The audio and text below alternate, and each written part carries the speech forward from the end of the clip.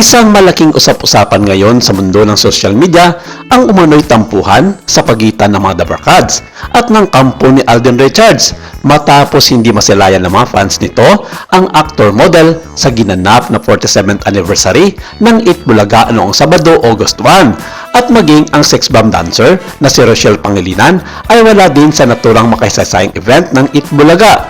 Pero ito ay given na dahil hindi siya pinayagan ng kanyang management sa GMA7 dahil sa kanyang commitment sa isa sa mga proyekto ng nasabing TV station kung saan isa siya sa mga cast nito. Present ang iba niyang mga kasamahan sa sex bomb na nagbigay ng iyawan sa mga manunood na itanghal ng kanyang mga kapwa sex bomb dancer ang kanilang iconic dance sa pangunguna ni Jopay Pagya. Pero sa kaso ni Alden ay ibang usapan naman dahil walang idinitalye ang kanyang mother network na hindi nila pinayagan ang aktor na mag-guest sa 47th anniversary ng Itbulaga na sa ngayon ay nasa ilalim na ng kapatid network na TV5. At kung inyong napanood, labis ang saya ng mga Dabarkads matapos makita ang pagbabalik ni Yaya Dab kasama ang tatlong mga lola na sina Lola Nidora, Lola Tidora at Lola Tinidora para sa nasabing selebrasyon ng longest known time show ng Itbulaga. Naging pasabog nga ang pagsisimula pa lang ng buwan ng Agosto para sa programa ng Itbulaga dahil maraming mga personalidad ang nakiisa para ipagdiwang ang kanilang anibersaryo. Mas lalong na-excite ang mga Dabarkads matapos makita ang pagbabalik ng kalye-serye segment ng Itbulaga kung saan nagsimula si Maine Mendoza bilang si Yaya Dab. Super happy rin sila na makita si Waya Baleola bilang si Lola Nidora na nagbabalik matapos ang kinasasapang motorcycle accident kumakailan lamang.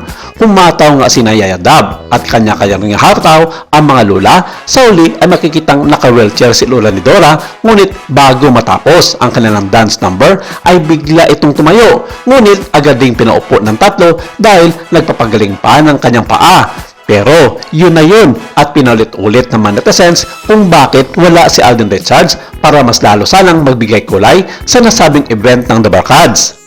Ito ang kinumpirma ng batikang showbiz manager at vlogger na si OG Diaz na naging isa sa kanyang side topic sa August 3 edition ng kanyang show sa YouTube na OG Diaz Showbiz Update kung saan sinabi nito na hindi nga invited si Alden sa 47th anniversary ng Itbulaga. Sinabi ng kampo ni OG Diaz na nagkaroon ng conflict of interest para kay Alden ang TV5 sa pagitan nito ng GMA7 kaya malabong makadalo ang actor model sa isa sa mga makasaysayang ganap ng Itbulaga na wala ring payag tungkol dito. Pero taliwas ito sa sinasabi ng ilang mga netizens na pinayagan naman si Alden na mag-guest sa Itbulaga dahil karapatan din naman ito bilang naging bahagi ng longest running non-time show bilang isang Dabarkads. Sa ngayon, wala pa naging tugon ang kampo ng Itbulaga at ng TV5 tungkol sa naging payag na ito ni OG Diaz kay Alden Richards.